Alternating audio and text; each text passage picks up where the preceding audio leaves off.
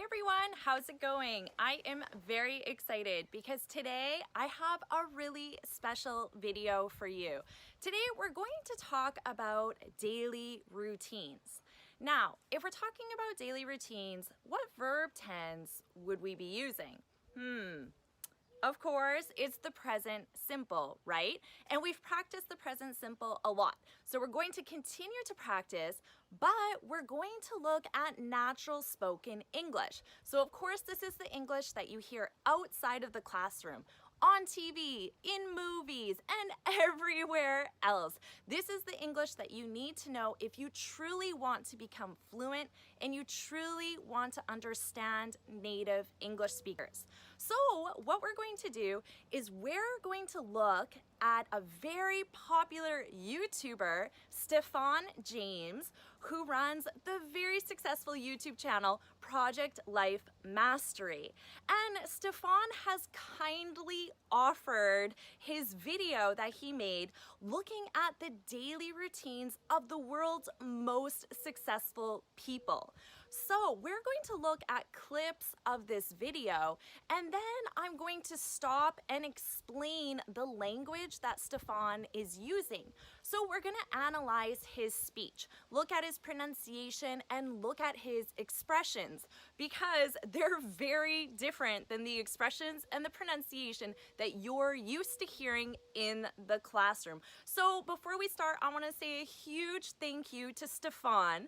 And in this video, we're only going to look at a small portion of Stefan's video. So in the comments, you can watch the full video that he posted, and you can continue to learn about these daily routines of the world's most successful people. So without further ado, let's jump right in and get started.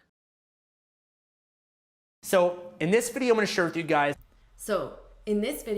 to share with you guys. What do you notice his first word is? So, it's that word filler we've already talked about. So, in this video, I'm gonna. What do we have here? I'm.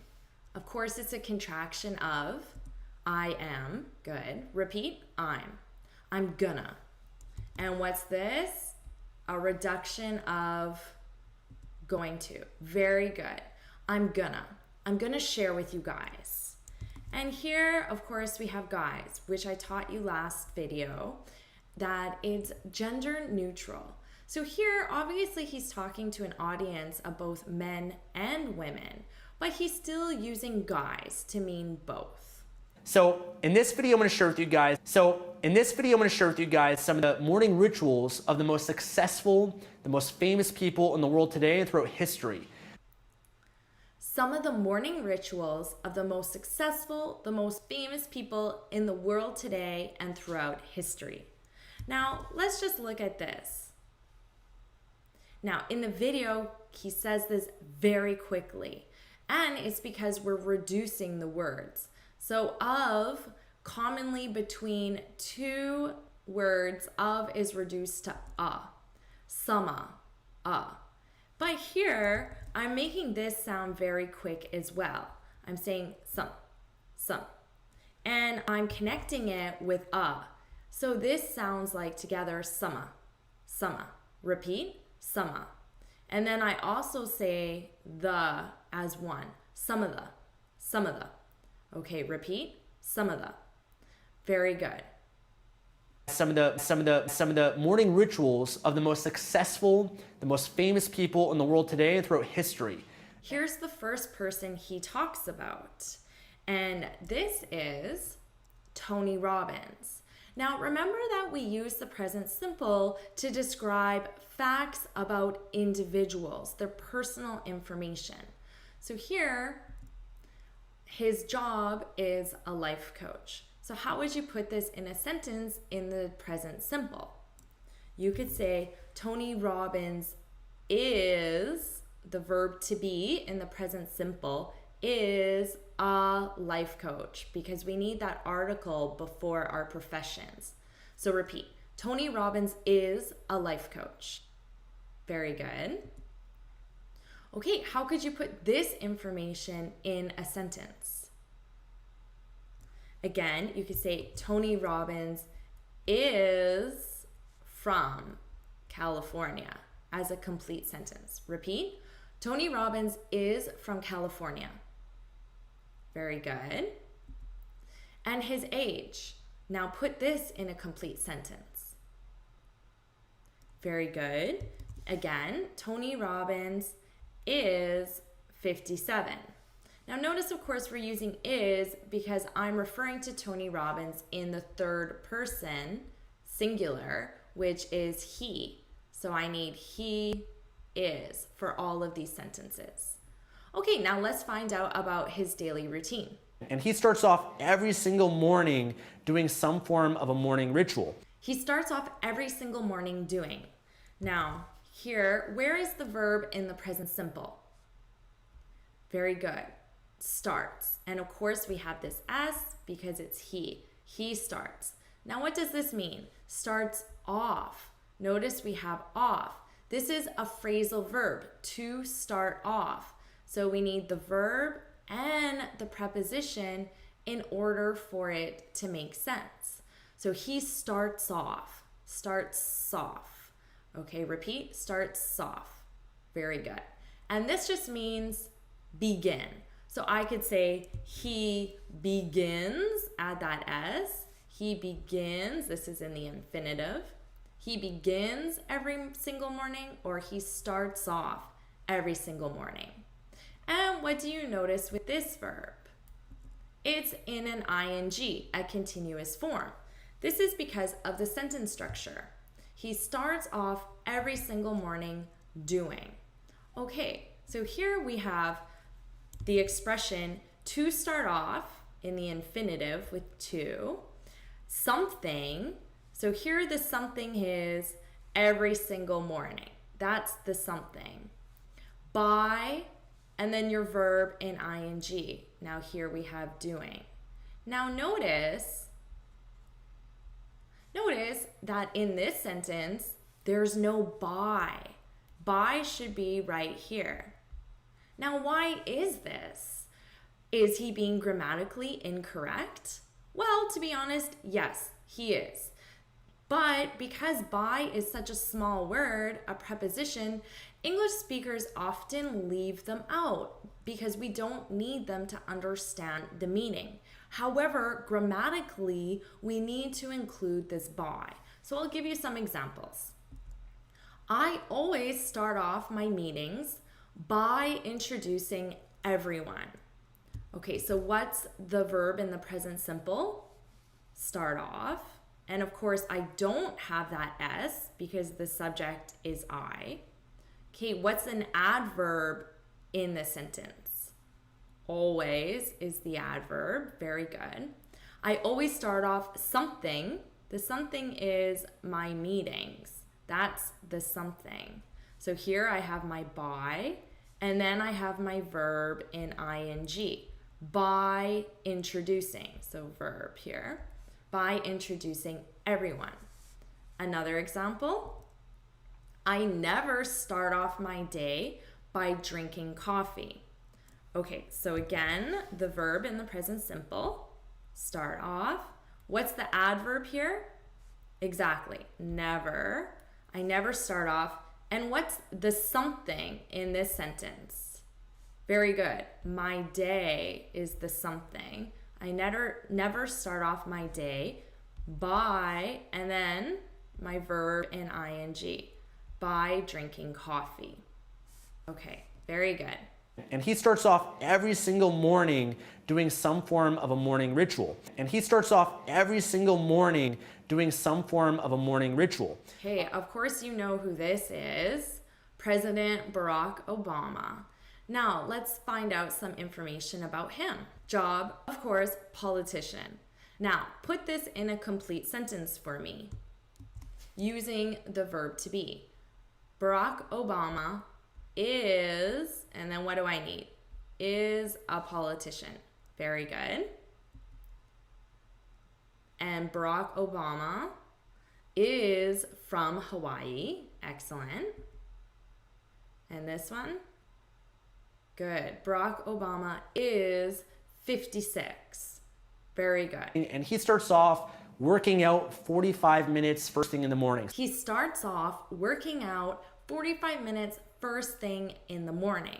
Okay, now, again, he used the same expression, starts off, but what are we missing here?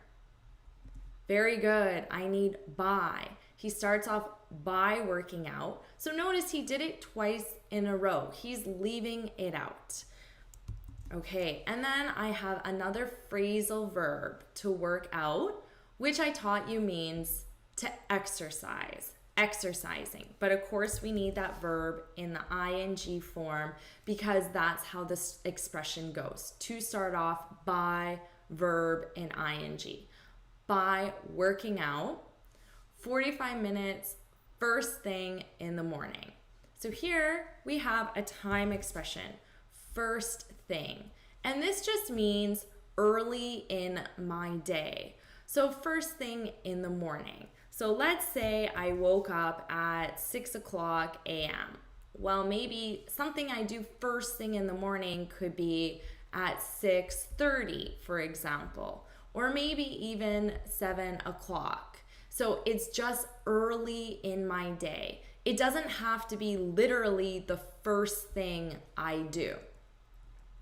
Okay, and we can say first thing in the afternoon or in the evening. It doesn't always have to be in the morning. So for example, I always take my dog for a walk first thing in the evening. So the evening, let's say the evening starts around 5 o'clock. Well, maybe I take my dog for a walk at 6 o'clock. So again, it doesn't have to be right at 5:01. It just means early in the evening. So in this expression here, where is the verb in the present simple? Good. Take my dog. Okay, and is there an adverb in this sentence? Yeah, always. I always take my dog. And he starts off working out 45 minutes first thing in the morning. And he starts off working out 45 minutes first thing in the morning. He also avoids coffee and instead drinks water, orange juice, or green tea. He also avoids coffee and instead drinks water, orange juice, or green tea. So notice how he begins his sentence with which is just a word filler. And this is a word filler we want to avoid as much as possible. He also avoids. So what's the verb in the present simple? Very good, avoids. So this is a negative expression to mean to not want to do something. He also avoids coffee. Okay, but notice here that there's no verb. This is just a noun. He doesn't add a verb, which is fine, but if we wanted to add a verb, we need to use a verb in ing form. So for example, he always avoids drinking coffee. Now sometimes in English we have one verb and then the next verb is followed by ing. And really it just depends on the verb that comes before. So avoid is one of those verbs that afterwards we need an ing. But notice avoid is still in the present simple, so I need this S. He avoids. And what's the adverb? Always. Very good. He always avoids drinking coffee. But we don't need it. We can do this structure here. He also avoids coffee. And if I wanted, I could repeat a subject and say, and he instead, but I don't need to, like in this sentence, he instead. So instead is a word that we use to decide between options. So I have one option is coffee and the other option is water. Well, there's also orange juice or green tea.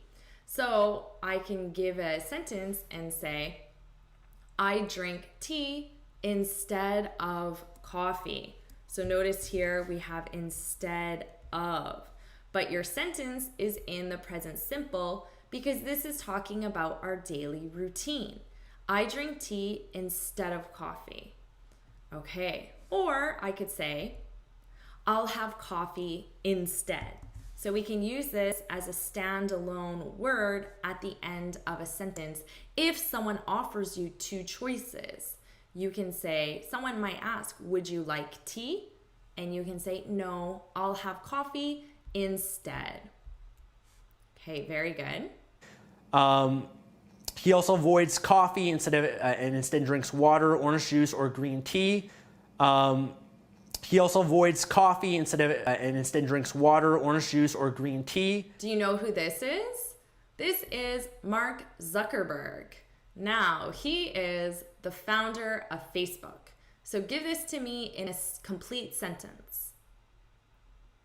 Good. Mark Zuckerberg is the founder of Facebook. I need to say the founder of Facebook. Very good. Can you give me a complete sentence here? Good. Mark Zuckerberg is 30. Very good. And remember that we also use the present simple for our likes and dislikes, because these are considered information about us. So I would put this in the present simple as well. So can you give me a complete sentence? Mark Zuckerberg likes, with an S because it's he likes computers. So this right here is a complete sentence. He likes computers. Mark Zuckerberg likes computers. Very good. He always wears the same thing every morning, the same shirt. He always wears the same thing every morning, the same shirt. Okay, let's start at the beginning here. He always. Notice that there's a slight Y. We use this Y sound to connect two vowels. So I have a vowel here and a vowel here. So to make this a smooth sound, I can say he always, he always. But it's so quick and so subtle that you don't notice it very much. But you can use this to connect vowels. He always. Repeat. He always. He always. And what is the verb in the present simple? Excellent. Wears. Good. He always wears the same thing every morning. The same shirt. Okay. Now notice here we're using always, which means, of course, every day. But do you think Mark Zuckerberg wears the exact same shirt every single day? Probably not. However, English speakers often use always, even if it's not 7 days a week. So I can say, I always wear sweaters in the winter. But really, it's more of a usually or often, because always technically is 7 days a week. Now, I don't wear sweaters every single day, but I'll commonly just say always if I mean usually or often. He always wears the same thing every morning, the same shirt. He always wears the same thing every morning, the same shirt. Do you know who this is? His name is Howard Schultz. Okay, let's find out his job. Okay, can you put this in a complete sentence? Okay, good. So we need, of course, the verb to be. Howard Schultz is. Now I need an article. We say the CEO of. So remember with Mark Zuckerberg, it was the founder of Facebook. Here it's the CEO of Starbucks. Do you know what a CEO is? It's a chief executive officer. It's the highest position within a company. Okay, good. And can you put this in a complete sentence? You can say, he is from New York City. And as a contraction, remember, I'm going to say he's. He's from New York City. Good. And of course, what does he like? Give this to me in a complete sentence. Very good. He likes coffee, and probably he likes Starbucks coffee. Okay, let's find out his daily routine. It says, I get up at 4:30 in the morning. I get up at 4:30 in the morning. Okay, so what do you notice here, first of all? Get up. This is, of course, a phrasal verb with a verb and a preposition. Okay, and notice the sound.